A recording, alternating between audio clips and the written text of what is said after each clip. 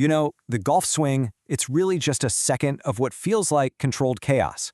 But what if you could break that second down piece by piece and build a swing that's not just powerful, but perfectly repeatable?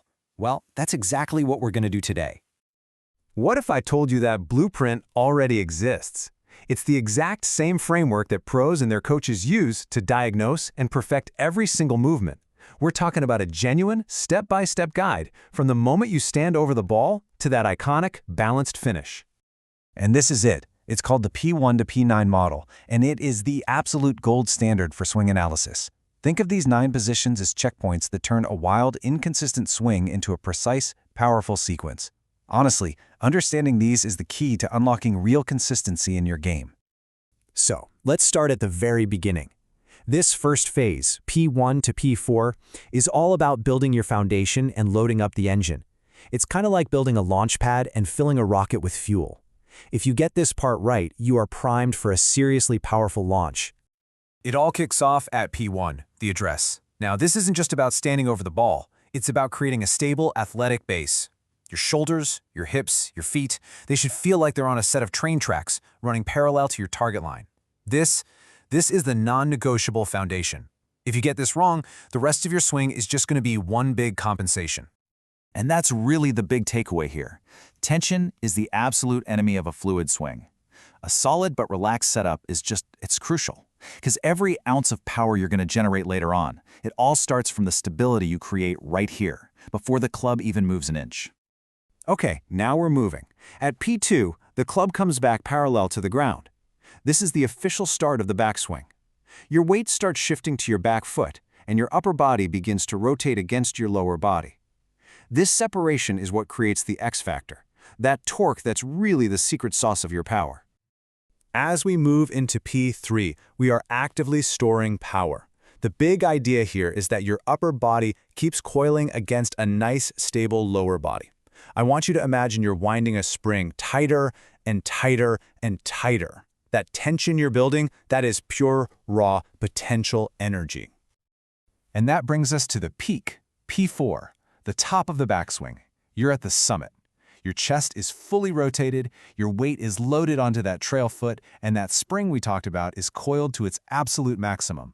All the potential energy for the shot is now locked and loaded, just waiting to be unleashed. But listen, here's a really important warning. More is not always better. So many golfers think they need a longer swing for more power, but overswinging just breaks your posture and wrecks the whole structure. The goal is to maximize that potential energy within a stable athletic frame. That's the key. All right, we've loaded the engine. Now for the really fun part. Section 2 is where we unleash all that stored energy. This is the dynamic, high-speed sequence where the magic really happens and all that power gets delivered right to the golf ball. People often call P5 the magic move, and for a very good reason. It's the transition. And here's what's so incredible about it. Your lower body, your hips, they start firing toward the target before your arms and club have even finished the backswing. This separation is what creates incredible lag and power. Most amateurs do the complete opposite. They start down with their arms, which just kills speed and causes that dreaded over-the-top slice. This whole process is called the kinematic sequence, and the best way to think about it is like cracking a whip. The handle, that's your pelvis. It moves first. That energy then transfers up the chain to your chest, which moves even faster. Then to your arms. And finally, all of that multiplied energy is just blasted into the very tip of the whip, the club head.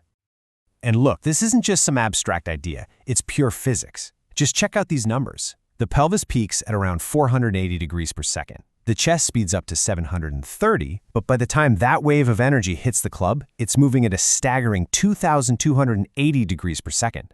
That is the whip effect, right there in the data. So let's quickly clear something up. At P6, the club is parallel to the ground again, just like it was back at P2, but its job is the complete opposite. Remember, P2 was all about loading and storing energy on the way back. P6, on the other hand, is all about unleashing and releasing that energy at max speed on the way down.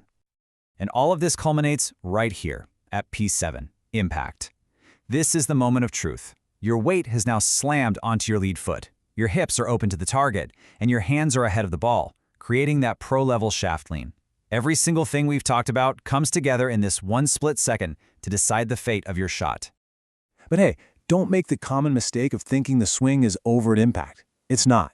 The follow-through, from P8 to P9, it isn't just for looks. It's like your signature. It reveals the quality of every single move that came before it. So at P8, the club is parallel to the ground for a third and final time, but now it's well past the ball. This position is all about what I call swing freedom. When you see those arms fully extended, it's proof that you didn't slow down or quit on the shot. It shows you accelerated through the ball, transferring every last bit of energy. And that leads us to P9, the finish. The swing ends in a pose that should look and feel both athletic and totally stable. Your weight is planted on your lead foot, and your belt buckle and chest are pointing right at the target. This is the ultimate checkpoint for a great swing. And here's the bottom line on that. If you can hold your finish in perfect balance without falling over, it's almost always a sign that the entire sequence before it was technically sound. Your finish, my friend, does not lie. So there you have it, the entire swing decoded from start to finish. Let's just pull this all together and talk about how you can actually use this blueprint for your own game. This P1 to P9 model is your personal roadmap. It doesn't matter if you're trying to fix a slice or just get a few more yards. You can now look at each of these checkpoints, pinpoint exactly where things might be going off the rails, and then work on that one specific piece of the puzzle to build a more consistent, more powerful swing. So, you now have the exact blueprint that the best players in the world use. The only question is, which piece of your swing are you going to tackle first? Is it that solid foundation back at P1, that magic transition move at P5, or is it nailing that balanced signature finish at P9? The path to a better swing starts right now by mastering one position at a time.